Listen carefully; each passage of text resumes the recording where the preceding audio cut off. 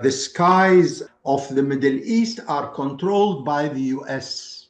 Any plane that leaves Israel to attack, say, Iraq, which they have done, attack Lebanon, attack Syria, attack anywhere, has to get the approval of US Air Force. This is very little discussed as well in the media here, that there is no such thing as a major Israeli war, especially using Air Force and so on, without US military say-so.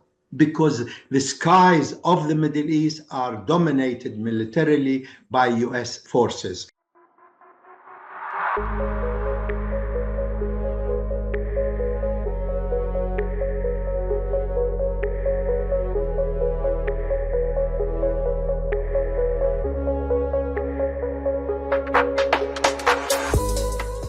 Hello and welcome to the Global Majority for Peace podcast. I'm Fiona Edwards and my co-host is Ileana Chan. Every week on this podcast, we discuss with special guests from across the world our mission of building a global movement to challenge the US-led war drive against China, Russia, and countries in the global south. So please remember to hit that subscribe button, hit the bell, and comment and share this episode with your friends.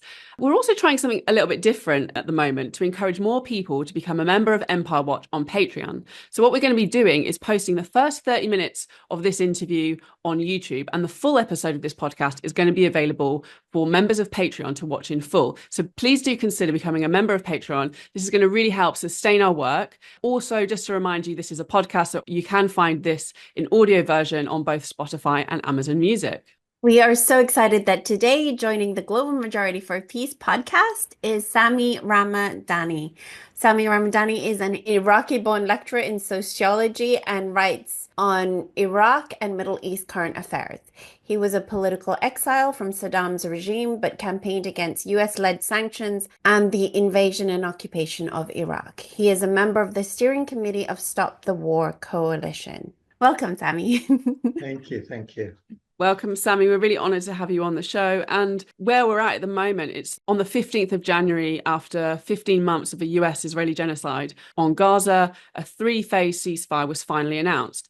We are almost at the end of the first 6-week period of that phase 1. Could you talk our viewers through an analysis of how things have gone, what the phases entail, and what we should be paying attention to that the media might be trying to obscure at the moment?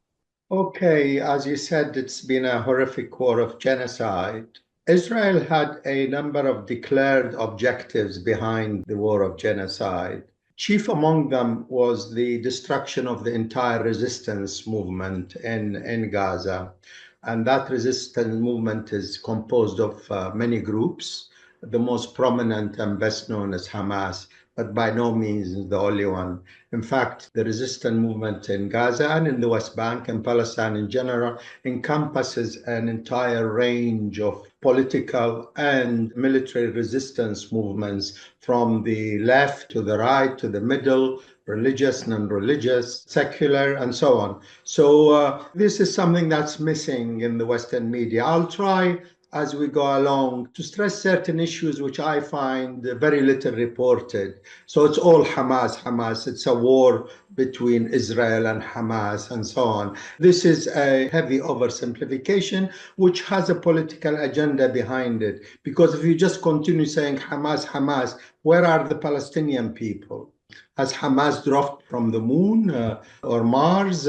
They negate Palestine, they negate the Palestinian people, the complexities of Palestinian societies, the different political organizations and so on within the Palestinian people. It's a full, very active, very dynamic social scene, whether in Gaza, West Bank, or in diaspora, millions of Palestinians outside of Palestine. So when it comes to the war of genocide, Israel titled it a war to eliminate Hamas, and the Western media went along with that, while really it was an extremely well-planned operation to try and crush any form of resistance. And in addition to the previous types of wars that Israel conducted in Gaza, because this has been periodic every few years, Israel attacks Gaza, committing major war crimes. This time, using the 7 October attack they decided to announce even to the public that they are going to embark on a war of genocide. So they came up with things like, we will cut off water, electricity, all means of life, basically. This was declared by their so-called Minister of Defense. And leading Israeli politicians and so on declared that aim. But the big headline remained, we want to end Hamas. As the war on the Palestinian people progressed, you could see that there was no way that Israel could possibly annihilate the resistance of the Palestinian people in Gaza. And this continued. And by May of last year, it became apparent because, as you know, the attack on Gaza immediately followed the 7 October attack by the resistance movements on Israel. And by May, it became very clear that Israel is going to fail in its major declared aim of crushing completely the resistance in Gaza. In fact, if anything, the resistance in the West Bank started also rising in solidarity with their brothers and sisters in Gaza. So in May, there was a proposal on the table to have a ceasefire. And that ceasefire agreement is very much similar to what they have signed and declared 15th of January last month. So we're talking about the same agreement, which I will briefly describe what it entails, but it's essential to point out that this is essentially the same agreement that was proposed by the United States, agreed by Israel, agreed by the resistance movements, and in the last minute, both the United States and Israel first, United States, at least for the media purposes, they said, well, Hamas made last-minute changes to the agreement, which was a lie because both Egypt and Qatar, who mediated the agreement, said that Hamas did not do any such thing. So it was obvious that the United States wanted to prolong the war in the hope that they will achieve their declared aim of finishing off the resistance in Gaza. And the war continued on the Palestinian people. Tens of thousands of lives were lost in this genocidal war. Tens of thousands, I say tens of thousands because the exact figures are not fully known yet. The recovered bodies testified by all hospitals and Ministry of Health in Gaza with names, numbers, and these numbers are unique and issued by the Israeli occupation authorities. So the Western media always says these are Hamas figures. No, they are actually named and numbered people. The figure now is about 48,000, with over 10,000 under the rubble. Their bodies have not been recovered yet. So you're talking close to 60,000 people who have been known and buried under the rubble, who have been killed. Tens of thousands of those, the majority in fact, are women and children. The children number nearly 20,000 of those who were killed. So you're talking about a massive genocidal war. It's not only the question of the dead and injured. The injured are well over 100,000. It is also the means of life. The Israeli armed forces targeted the means of living in Gaza, destroying all infrastructure, destroying all universities, schools, water supply installations, telephone lines, electricity lines. As soon as they destroy an area through heavy bombardment, 1 ton, 2 ton bombs were used, all US supplied weapons, they would go in with the bulldozers and tanks to actually bulldoze the streets and destroy infrastructure. The aim that, as declared by the Israeli political and military leaders to have been a genocidal war, was being televised live minute by minute. The first televised genocide in history. And the Western media tried to hide behind the fact that they were not allowed to go in. Come on. There are hundreds of journalists on the ground, Palestinian and non-Palestinian, by the way, but they did not work for the BBC or Reuters. In fact, there was one BBC reporter, a Palestinian, who reported for BBC Arabic.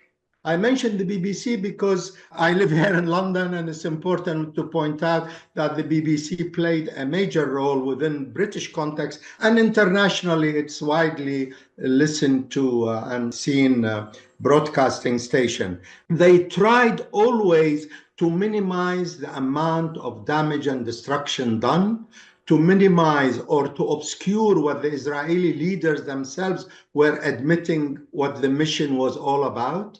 So they try to hide behind that they don't have correspondence. It is partly a lie, this. They had one Palestinian correspondent who stayed there for months, and BBC Arabic, not English or other language, Arabic used to interview him almost on daily basis. But none of the images he had sent would appear on BBC English. And until today, they occasionally interview him because he fled Gaza. He and his family were threatened with death, and he was nearly killed himself. He left, I think, last September. He left Gaza, and they started interviewing him in Arabic, BBC Arabic, occasionally to comment on what goes on after he left Gaza. So this is a straight lie that the BBC used, that they don't have footage and they cannot quantify the footages and so on.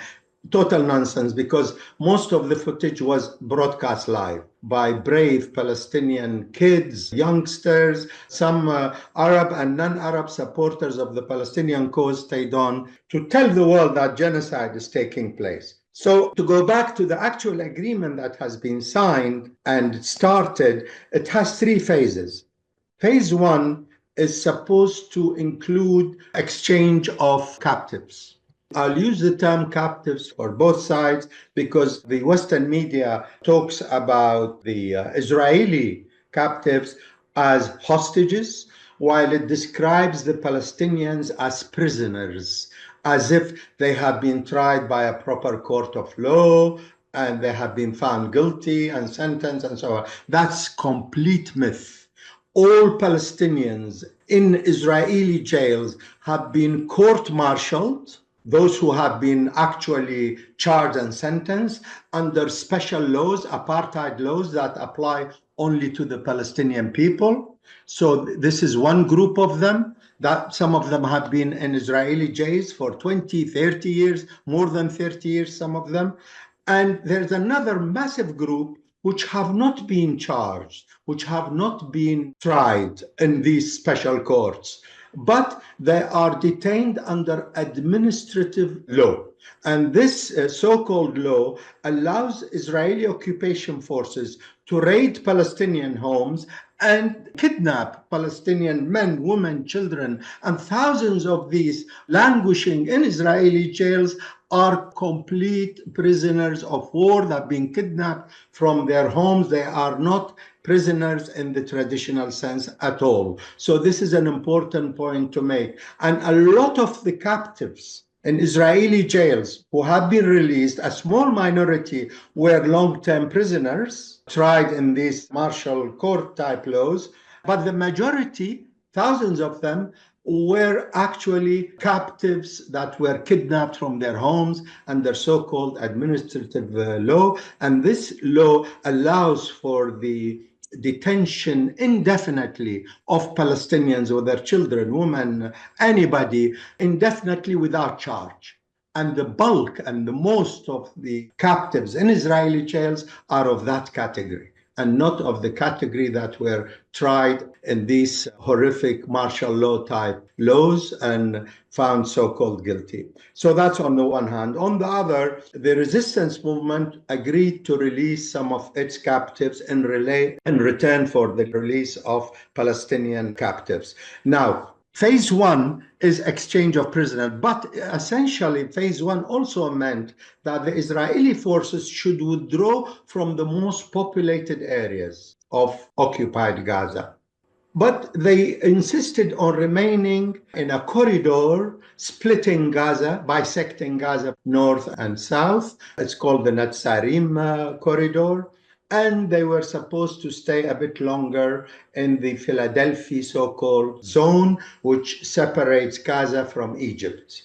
It's a thin strip of land across Gaza from its southern border to the Mediterranean Sea, all along its borders with Egypt. But the most important aspect of this agreement is the Israel allowing humanitarian aid. Because as you know, with this war of genocide, lack of food, lack of medicine, lack of water, you name it. There is real hunger in the land, and people are living in tents in this freezing weather, subject to all manner of storms and so on. And the idea is that for Israel to allow 600 trucks a day of essential supplies. This, unfortunately, by the way, is not happening. And this is important that the Western media does not focus on, that these humanitarian supplies are being restricted. The most important item, even today, the Palestinians made an urgent appeal to the world, to all humanitarian organizations and so on, that they want urgently some tents, because there have been massive storms in the last few days, blowing away Palestinian tents and people who returned back to their rubble, because when they say we're going back home, in their tens of thousands, they march to the north to go back to their homes. They knew their homes are rubble, but they said we would rather die in those rubble than give up our homeland, give up our dignity. And they use the word dignity. It is the most commonly used word, karama. Dignity, that we want our freedom and we want our dignity. We would rather die than lose our homeland and lose our dignity. Then they started marching toward the north, and the north of Gaza is rubble, literally. Up to 80 to 90% of structures are completely destroyed. So people, thousands of them, when they go to a neighborhood, they see a flattened earth. They can't even recognize their homes, but they all say, we want to stay. This is our homeland and we would rather die in it. And if we are going to move, we want to move to the villages that we have been evicted from forcibly in 1948 and 1967. And that is something quite important. Up to 80% of the population of Gaza are refugees, evicted from their homeland. When Israel was founded in 1948, they were forcibly evicted from their homeland. And the second wave of refugees was in 1967 war, when Israel occupied the Sinai and occupied Gaza. So two waves of refugees, and the people of Gaza today are either refugees themselves, elderly people, especially from 1967 evictions, and the descendants of those refugees. So their real homeland, although Gaza is also their homeland because it's one Palestine, is the villages. In fact, and this is quite important in the context of 7 October, what happened on 7 October. Palestinians in Gaza near the borders with occupied Palestine, the rest of occupied Palestine, could see their old villages having become settlements. The area surrounding Gaza, completely the area surrounding Gaza, are former Palestinian villages from which these Palestinians were evicted. So some of these Palestinians, they were going to their occupied villages on 7th of October. Some of it was chaotic. Although the resistance movement tried to control it, they practically couldn't. Hundreds of Palestinians broke through the wire fences and went in chaotically. Some brought in with them captives, which they shouldn't have, but that's a longer story. But it is important to realize that the context of 7 October is that these people under occupation since 1967, direct occupation in Gaza, are themselves refugees from occupied Palestine, and they have been living under the most brutal type of occupation. Gaza was occupied territory occupied line and on 6th of October, as well as after 6th of October. On 7th October, these were occupied people breaking out of their prisons. I do not condone killing civilians or targeting civilians. There is no way. I think none of our audience would either. But the context has to be understood. What has happened here is not some brutal people suddenly wanting to go and kill Israelis. No, these were people suffering occupation under Israeli direct rule. Every few years, Israel also bombs them, carpet bombs their little neighborhoods in Gaza. Food was restricted entry, water is restricted, you name it, it was restricted. Their cancer patients cannot be treated within Gaza, so they have to leave. By the way, of the 30 plus hospitals in Gaza, there are only 5 or 6 operating, and they are no longer real hospitals. They are practically first aid centers. So the urgency for medical supplies and so on within this so-called phase 1 of the agreement is really essential. And I appeal to all the viewers of this podcast to work energetically to publicize this fact that the cornerstone of this ceasefire agreement is the entry of urgent medical supplies and humanitarian assistance to the people of Gaza. Phase 1. Phase 2, further exchanges of prisoners, withdrawal of Israeli forces from both the Netzarim corridor, bisecting Gaza, and from the Philadelphia corridor strip bordering Egypt. Once they completely withdraw from there, there will be further prisoner captive exchanges.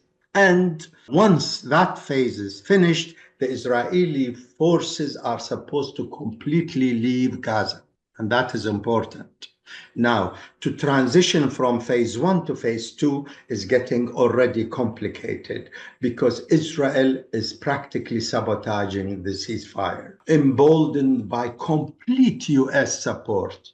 Blank check. It is as if the American army is present in Gaza. It is that level of support and endorsement. And Netanyahu's visit to Washington has reinforced that the United States has given full support for Israel to continue its genocidal war. The war of genocide has not stopped with this ceasefire because the genocide continues with the harsh conditions, the impossible conditions that the Palestinian people in Gaza are living under. And Israel yesterday announced, in the words of the Minister of Defense, its Minister of Defense, that they are going to implement Trump's plan to send the Palestinian people, to evict the Palestinian people voluntarily. He used the word voluntarily. How you could evict an occupied people voluntarily after such a war of genocide is obviously too horrific to even think about.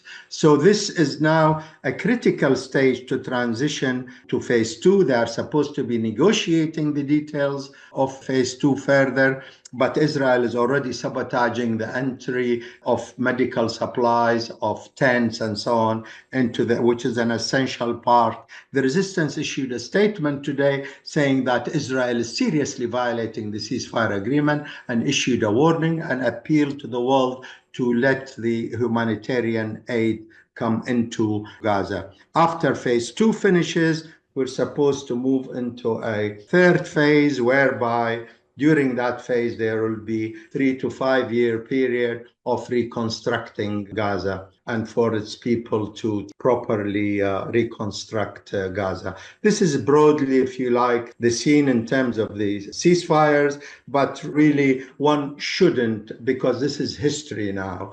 Israel is never to be trusted with any ceasefire, any agreement, because they have the full backing of US imperialism. Without US imperialism, this war would not have continued that long. In fact, it would have been stopped with one phone call. And true enough, one phone call stopped and enacted a ceasefire, one phone call from the White House. We can talk a bit about that later. Thank you so much, Sami. I actually do want you to expand further on the dynamics of that region, in particular about what you were just talking about, because you've described Israel as an internal element within US monopoly, capitalism, and imperialism. Can you clarify what you mean by this and explain how Israel serves as a strategic outpost for US imperialism? Okay.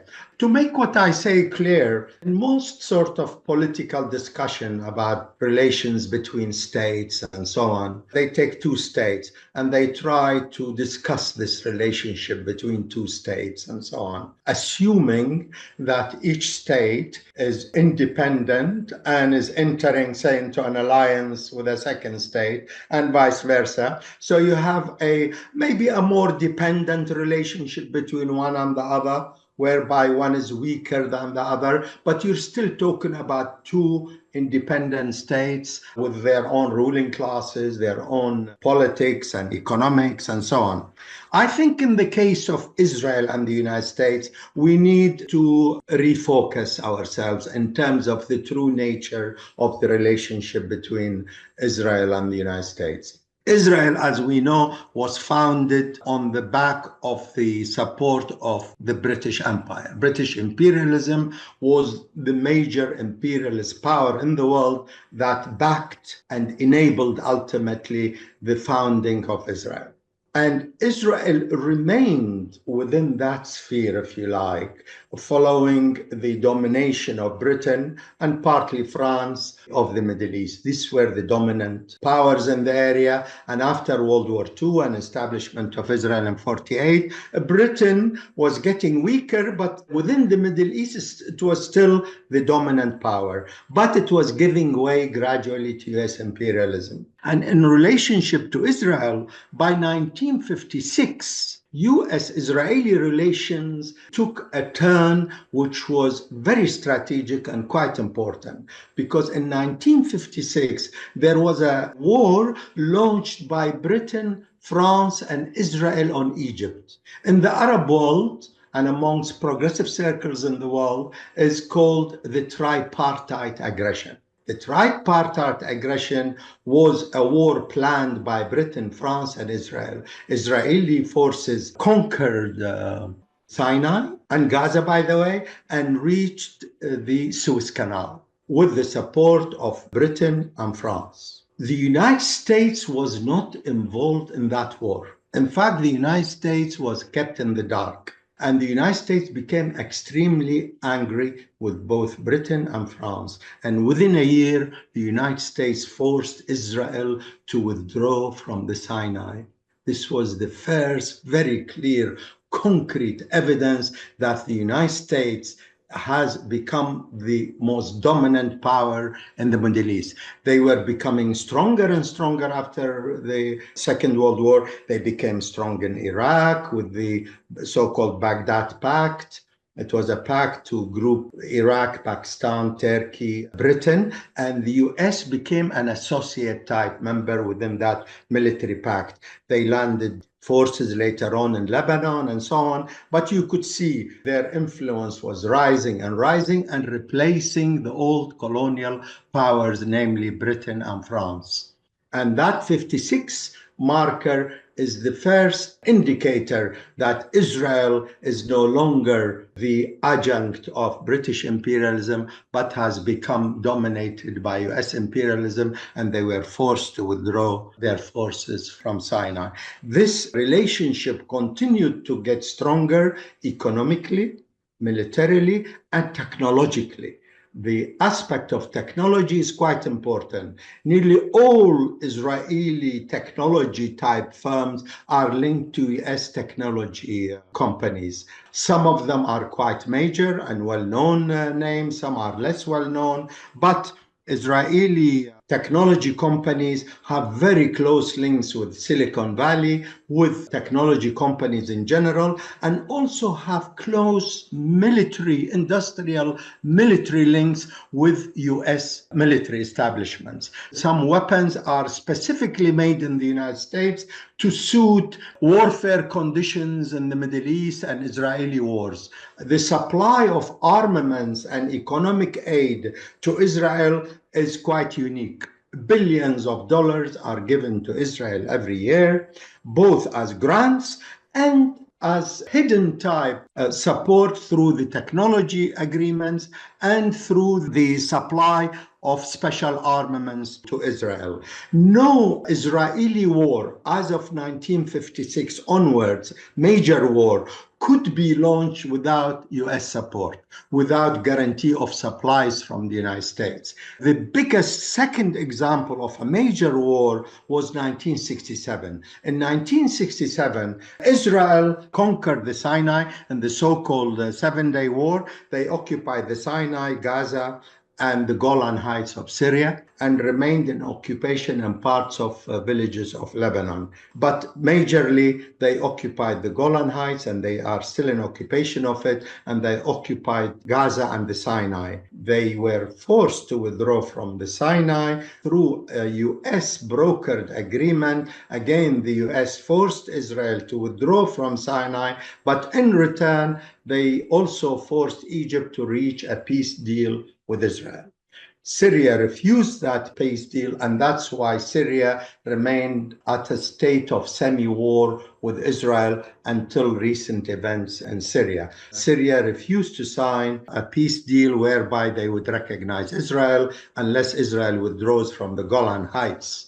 And the United States decided that the Golan Heights is too strategic for Israel to withdraw from, so they allowed Israel to stay in occupation of the Syrian Golan Heights. Now, this technological, military, economic connection between Israel and the United States has become so deeply ingrained that there is a complete dependence, not some form of limited dependence on Israel, complete dependence on the United States. All major weapons are US supplied, their Air Force, their tanks, their major munitions, intelligence. The skies of the Middle East are controlled by the US.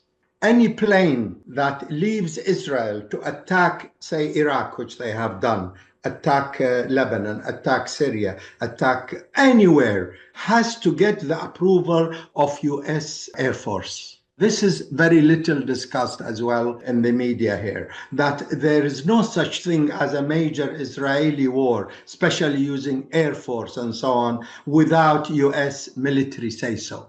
Because the skies of the Middle East are dominated militarily by US forces. They have AWACS planes constantly in the skies of the Middle East. They have numerous military bases throughout the Gulf region, Saudi, Egypt, Jordan, and so forth. So they have a direct presence in the Middle East that Israel in no way could launch a major war without American say-so. And that condition alone makes a phone call from Washington enough to stop any major war launched by Israel. So in terms of the politics and appearance of the relationship, the dependence of Israel on the United States has become so big. In the United States, the major capitalist establishments, monopolies in the United States, treat Israel as part of the US economy. And so much so that within the political sphere, Israel is regarded as part of the United States in terms of defending it, in terms of supplying it, in terms of depending on its strategic presence and importance as a military base, US military base in the region. Israel is a major nuclear power. It has close to 200 nuclear bombs. It is part and parcel of US defense strategies in the Middle East and in Europe. Israel is only a stone's throw away from Europe. In any major conflagration in the world, Israel will be depended upon by the United States to launch nuclear bombs, nuclear weapons, to use its air force, its intelligence, and so on, at the service of US imperialism. So it is a major military base that the United States uses. Now, we have phenomena like AIPAC, like major lobby groups in the United States that on the surface appear to be running US policy. I think this is a fallacy. I think the United States allows these groups to flourish because they do serve US imperialist interests in the region. If Israel, by any chance, contradicts major US policies, then these groups, these lobbies will be truncated, will be limited in their influence. They are given a free hand because it suits US imperialism to give them the free hand. They ultimately are instruments of convincing the American public of the importance of Israel. And by the way, AIPAC, in its propaganda in the United States, and even Netanyahu's speech, that obscene speech in Congress several months ago, when he received 57 standing ovations from the senators and House of Representative members at the US Congress, he explicitly said, we are the power that serves the United States. We are the most loyal, the most dependent force in the Middle East. And for that, he received the greatest ovation of all, that this is the state that they can depend on in the Middle East, and they cannot depend on the Arab regimes. Talking about the Arab regimes hold on to this notion, this fallacy, that Israel and the Jews control the United States. Arab regimes have propagated this from 1948 onwards, that if only we as Arabs, as Palestinians, convince the United States that Israel is against US interests ultimately, does not serve US interests, then maybe the United States will get rid of the influence of the Jewish lobby, and the United States will start befriending the Palestinians and the Arabs. This was used and is still used today by the Arab regimes to justify their alliance with the United States. Their propaganda is almost to portray US imperialism as poor victims of Israeli dominance, Israeli domination. This allows the Arab regimes to use the petrodollars to invest in the United States. Trillions of dollars, literally trillions of dollars, are invested in the United States and in US firms, and some in Britain, some in France, in the West, but major investments of the petrodollars of the Middle East, trillions of them over the years, have been invested in the United States. Famously, Trump went to visit Saudi during his first term and literally forced, and he boasted about it himself, forced Saudi and the Gulf states to give the United States $500 billion worth of investment, and they all agreed and they shipped it. In a recent phone call by the Saudi Crown Prince with Trump, he promised him, if he becomes a bit more friendly and listens to some of Saudi ideas about Palestine and so on, then Saudi will invest $600 billion over the next 4 years in the United States. Trump joked about it. He said, I asked him for $1 trillion to be invested.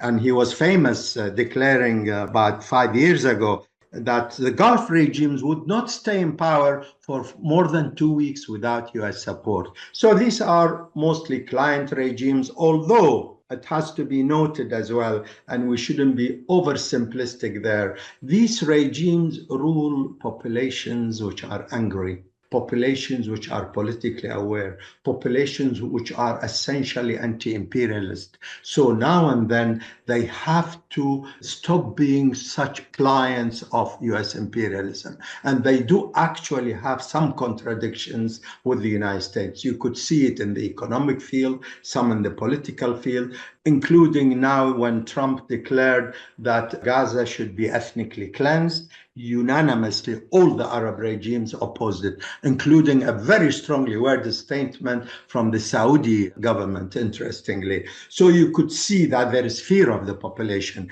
The Egyptian people are well over 100 million, and they are fiercely patriotic and pro-Palestine. Saudi population is over 30 million, and there are very strong, although heavily repressed, opposition within Saudi. Same with Iraq, Syria. Well, there are active resistance forces, obviously, in Lebanon, Palestine, Yemen, which will not be subdued so easily by the US and Israel. So you have a situation where Israel is the most dependent of US bases in the world, practically. Arab regimes are quite a number of them are client regimes, but with their own contradictions with US imperialism. Contradictions between Israeli ruling class and the US ruling class do exist because this is a dynamic situation, but essentially over all major issues, for all intents and purposes, especially when it comes to war and peace,